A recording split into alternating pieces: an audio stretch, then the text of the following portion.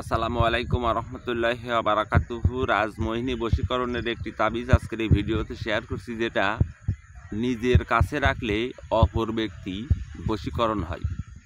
খুব পরীক্ষিত এই তাবিজটি কিভাবে কাজ করবেন তার বিস্তারিত ভিডিওতে বলে দেব। ভিডিওটি শেয়ার করবেন, শেয়ার করে নিজের কাজ নিজে করবেন। স্ক্রিনের উপরে রাজমোহিনী তাবিজের নকশাটি দিয়ে দিচ্ছি।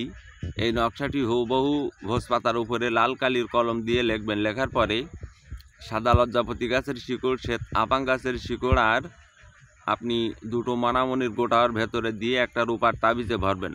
ভরে পুরুষ হইলে ডান হস্তে, মহিলা হইলে বাম হস্তে ধারণ করবেন। এই তাবিজের নিচে নাম লিখে দেবেন।